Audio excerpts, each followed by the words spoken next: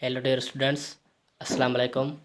आज मैं एक नई सीरीज़ स्टार्ट कर रहा हूँ। वो एमसीक्यूज़ की सीरीज़ है। उसमें हम चैप्टर वाइज एमसीक्यू सॉल्व करेंगे। पहले मैं फर्स्ट ईयर बुक से एमसीक्यू स्टार्ट कर रहा हूँ, बायोलॉजी से। बायोलॉजी का वो एमसीक्यूज़ भी वो हैं जो एनटीएस पेपर में एनटीएस पेपर में आए थे, पास पेपर थे, उसमें से एमसीक्यूज़ आए थे। ठीक है, तो मैं पहला चैप्टर से नहीं स्टार्ट कर रहा क्योंकि पहले चैप्टर से एनटीएस के पास पेपर से एमसीक्यू नहीं आए थे, लेकिन दूसरे चैप्टर से एमसीक्यू स्टार्ट हो गए थे। क्योंकि पहला चैप्टर वो इंट्रोडक्शन है, ऐसा कोई मेन चैप्टर नहीं है। उसमें ब्रांचेज आ जाती हैं, वो भी ब्रांचेज फर्स्ट ईयर इंटर के दूसरे चैप्टर उसमें डिस्कस की जाती है। जैसे टेक्सानॉमी वगैरह वो भी फिफ्थ चैप्टर में स्टडी की जाती है।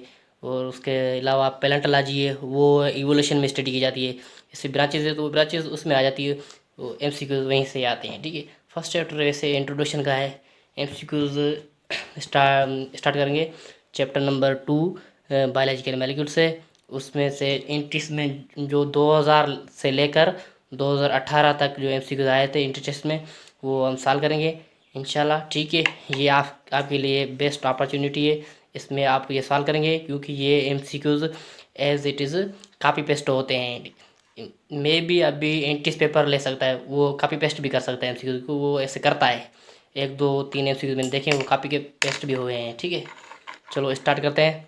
स्टार्ट करने से पहले मैं एक रिक्वेस्ट करता हूँ, मेरा यूट्यूब चैनल है, वो उसका नाम है MDK टीनामूलक ऑफिशियल के नाम से। उसको सब्सक्राइब करें, लाइक करें, शेयर करें। वीडियो पसंद आए तो शेयर करें। ठीक है, चलिए स्टार्ट करते हैं एमसीक्यू नंबर फर्स्ट से। वो बायोलॉजिकल मॉलिक्यूल चैप्टर।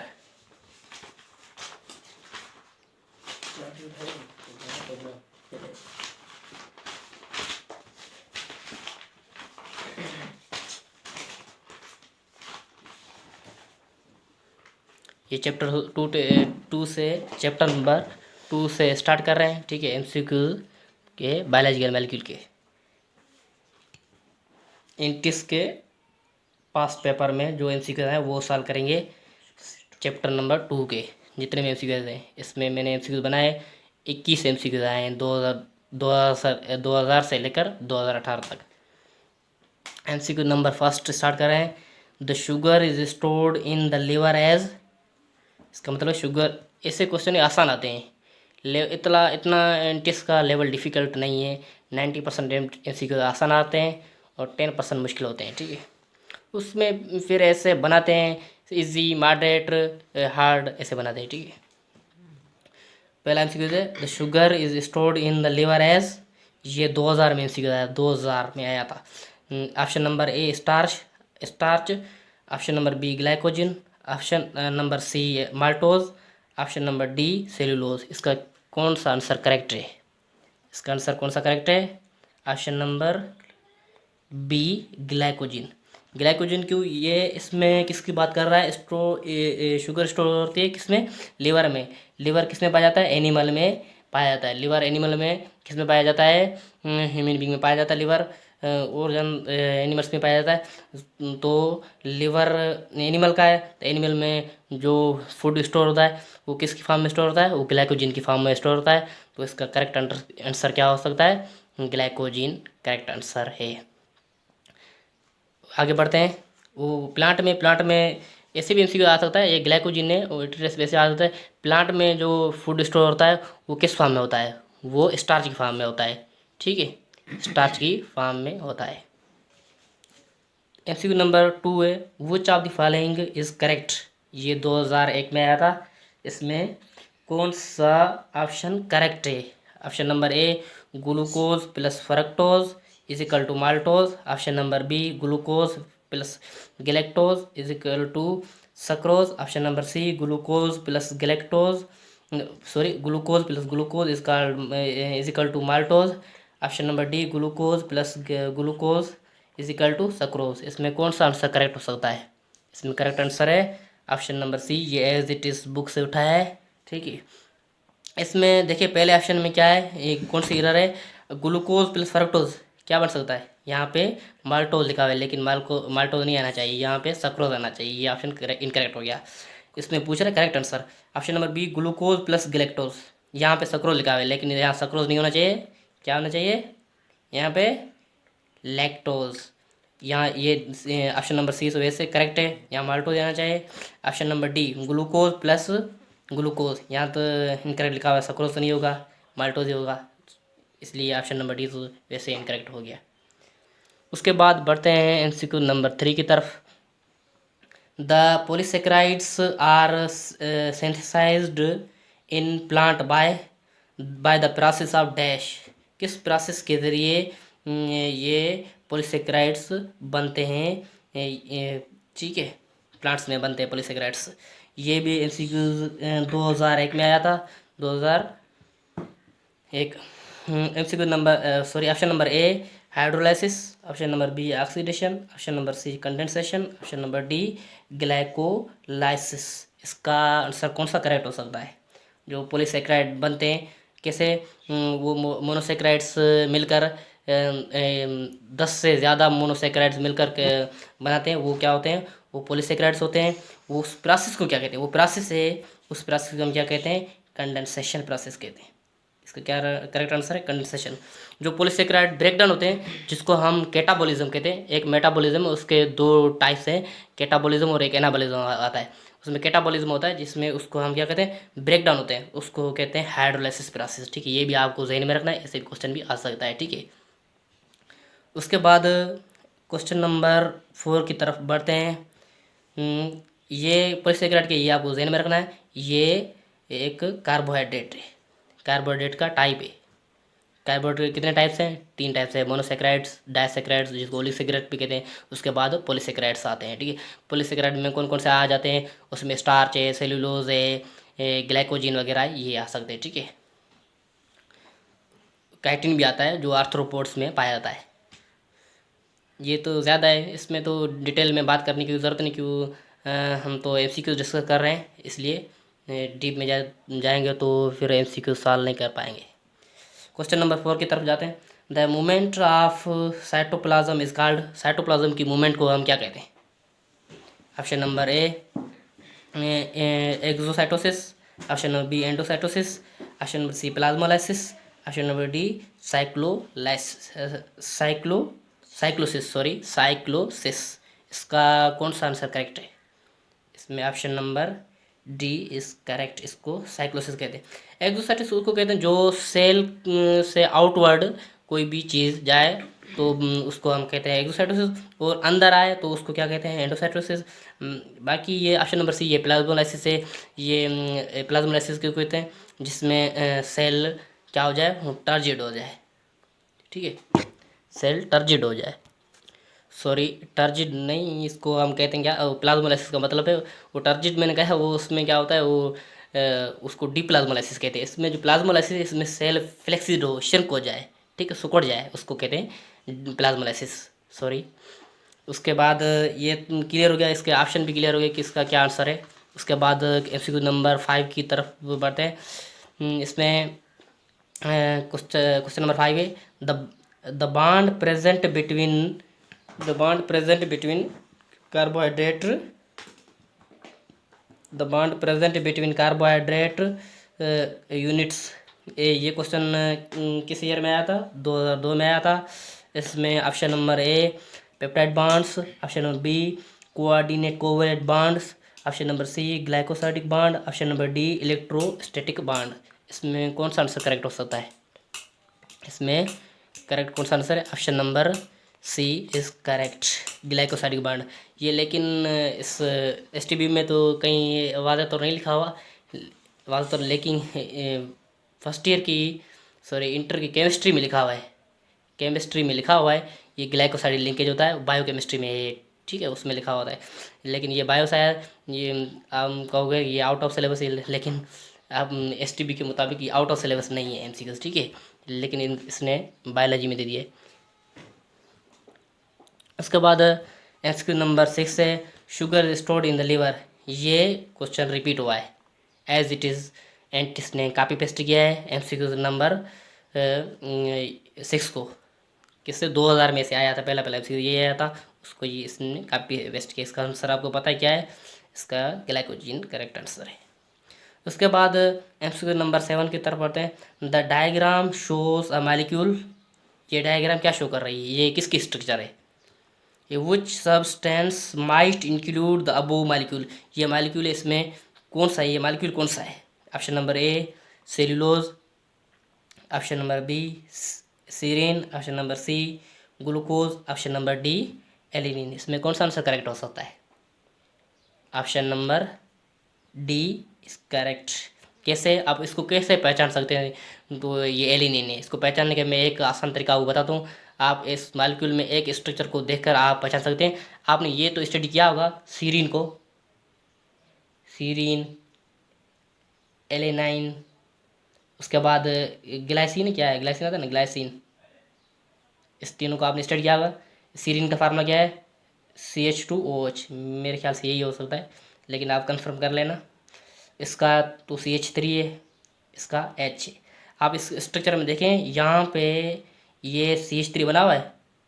CH3 को देखकर मैंने बताया ये एलिनिन की स्ट्रक्चर। अगर यहाँ खाली H होता इसको हम ग्लाइसिन कहते हैं, अगर यहाँ CH2OH होता तो हमको इसको क्या कहते हैं? एलिनिन। क्यों? वो फार्मूला बना हुआ है बुक में, इसकी जगह क्या लिखा हुआ है? रेडिकल, रेडिकल R लिखा हुआ है। रेडिकल मैंने कोई भी अमाइनो एसिड आ जाता है। अमाइनो एसिड ज़्यादा है, 20 अमाइनो एसिड्स हैं, इसमें से कोई भी अमाइनो एसिड आ सकता है, ठीक है। उसके बाद MCQ नंबर 8 की तरफ बढ़ते हैं।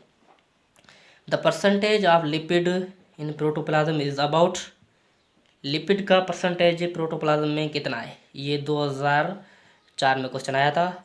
इसमें कौन सा करेक्ट ऑप्शन है? ऑप्शन नंबर कौन सा करेक्ट है?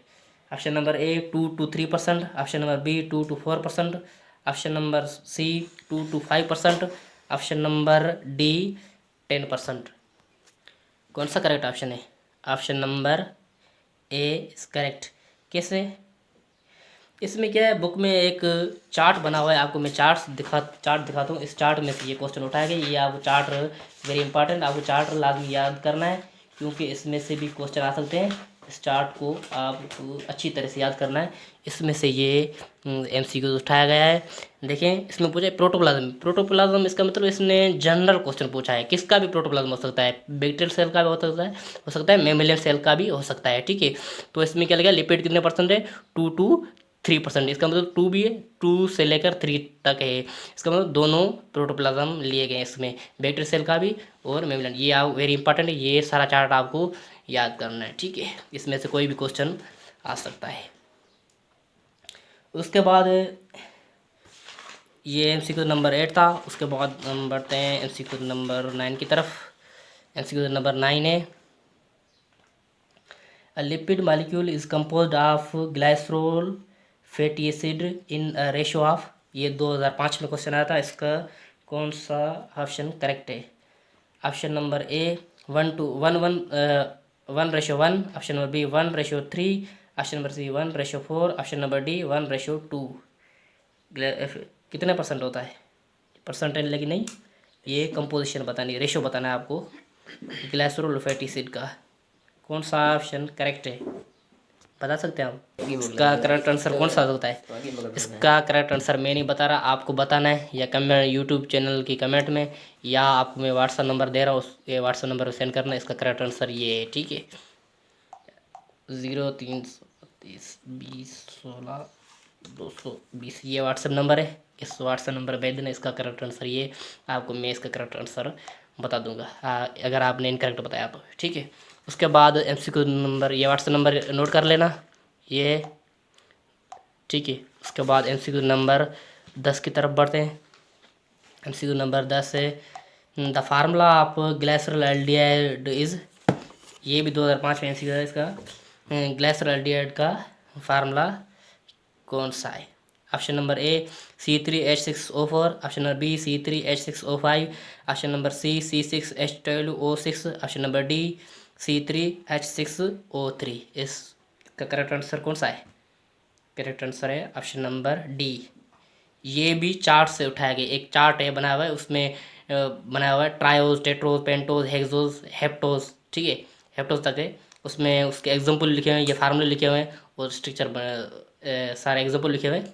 ये क्या है, एक मोनोसेक्राइड से, मोनोसेक्राइड की एक चार्ट बना हुआ है, मतलब आपको दिखाता हूँ। ये चार्ट आपको अच्छी तरह याद करना है, क्योंकि ये एक MCQ ने उठाया है, तो दूसरा MCQ भी इस चार्ट से उठा सकता है। जी आपको चार्ट अच्छी तरह से याद करना है। देख ले ये फार्मूला है किसका, ट्रायोज का। इसमें से कैसे क्वेश्चन आया है, ग्लाइसरॉल एल्डिहाइड का फार्मूला पूछा है। ग्लाइसरॉल एल्डिहाइड का फार्मूला ये, आप रेथ्रोलोज का भी याद करना है, राइबोलोज को भी, ग्लूकोज फ्रक्टोज गैलेक्टोज वगैरह का भी ऐसे आपको याद करना है। ठीक है, किसी भी एंगल से यहाँ से क्वेश्चन आ सकता है। उसके बाद एमसीक्यू नंबर 11 की तरफ बढ़ते हैं। एमसीक्यू नंबर 11 है, guanine always pairs with, guanine always pairs with. Option number ए, ये वैसे एमसीक्यू नंबर इसमें आया है, लेकिन क्रोमोसोम में इंटर में वो आप स्टडी करो, वहाँ से भी ये अच्छी तरह एक्सप्लेन किया हुआ है। Option number A thymine, option number B adenine, option number cytosine, option number D uracil, option number E uracil. इसमें कौन सा आंसर करेक्ट है? Option number C is correct, cytosine. Cytosine के साथ ये पेयर होता है। ठीक है, उसके बाद एमसीक्यू नंबर 12 की तरफ बढ़ते हैं। Formation of mRNA from DNA is called, ये 2007 में। इसमें कौन सा आंसर करेक्ट है? Option number A translation, option number B transcription, option number C genetics, option number D mutation. कौन सा आंसर करेक्ट है? Option number B is correct.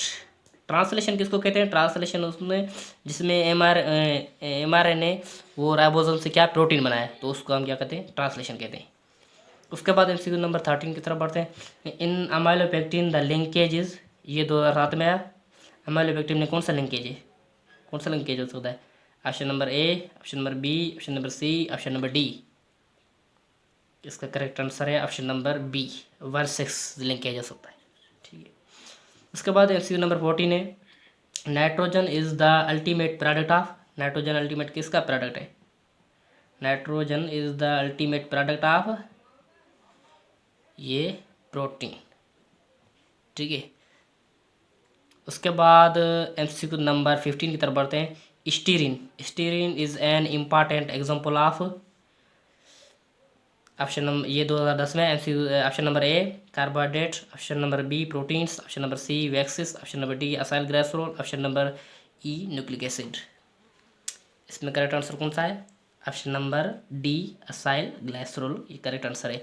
इसमें एक बात आपको लाजमी याद रखनी, क्योंकि ये स्टीरिन किस में पाया जाता है? एनिमल में पाया जाता है। और इसका एक होता है लिनोलिन, वो लिनोलिन किस में होता है? वो प्लांट में होता है। ठीक है, उसका फार्मूला भी आपको याद रखना है। इसका स्टीरिन का फार्मूला याद रखना है, स्टीरिन का फार्मूला भी पूछ सकते हैं। उसके बाद ये क्या है? ये सेचूरेटेड है, एनिमल में पाया जाता है। ये सॉलिड फॉर्म में होता है, ये सेचूरेटेड। और लिनोलिन है जो प्लांट में पाया जाता है, और वो ऑयल की फॉर्म में होता है, उसको हम अनसेचुरेटेड कहते हैं। अनसेचुरेटेड सेचुरेटेड का वो पता होगा, केमिस्ट्री में आपने स्टडी कर लेगी। ठीक है, उसके बाद एमसीक्यू नंबर 16 की तरफ बढ़ते हैं। एमसीक्यू नंबर 16 है, steroids consist of dash 6 membered carbon rings and 1 5 membered carbon rings. तो इसमें कैसे औसत correct answer? Option number A 4, option number B 3, option number C 2, option number D 5, option number E 6। तो इसमें करेक्ट आंसर कौन सा है? Option number B. इसमें 3 रिंग्स होती हैं, वो 6 मेंबर होती है, और एक होती है, कौन सी होती है? ये याद रखना, इसमें भी यहाँ पे डैश आ सकता है। एक कौन सी होती है? 5 मेंबर होती है। कैसे बनी होती है? ऐसे बनी होती है, आपको मैं रफली बना देता हूँ। सही, ठीक है, लेकिन यहाँ जगह नहीं है, बुक्स में बनी हुई आपको दिखा देता हूँ कैसी है। ठीक है, एक मिनट वेट, यहाँ पर ये बनी हुई है स्ट्रक्चर, ये बनी हुई है। 3 कौन सी हैं? 6 मेंबर्ड रिंग से, और एक 5 मेंबर्ड रिंग से। ये वैसे क्वेश्चन उठाया गया है। उसके बाद क्वेश्चन नंबर 17 तरफ, which type of proteins protein structure contents the 3 dimension structure. ये 2013 में आया था। इसमें option number A primary, option number B secondary, option number C tertiary, option number D quaternary. कौन सा ऑप्शन करेक्ट है? Option number C is correct, tertiary. ठीक है, उसके बाद एमसीक्यू नंबर 18, इसमें से स्ट्रक्चर में से आपको क्या है ये भी याद रखना है, कौन सी है एग्जाम्पल ऐसा था। ये एग्जाम्पल किसका है? जैसे इंसुलिन, इंसुलिन किसका है? प्राइमरी स्ट्रक्चर एग्जाम्पल है। उसके बाद हेमोग्लोबिन किसका है? क्वार्टरनरी स्ट्रक्चर का एग्जाम्पल है। इसको आपको एग्जाम्पल भी याद करने। ठीक है, क्योंकि एक टॉपिक से एमसीक्यू आ रहा है तो उस टॉपिक को क्लियर करना है अच्छी तरह से। ये स्ट्रक्चर जो प्रोटीन को अच्छी तरह से आपको स्टडी करनी है, ठीक है। Question number 18, which one of the following combinations of statements is treated saccharides in living organisms.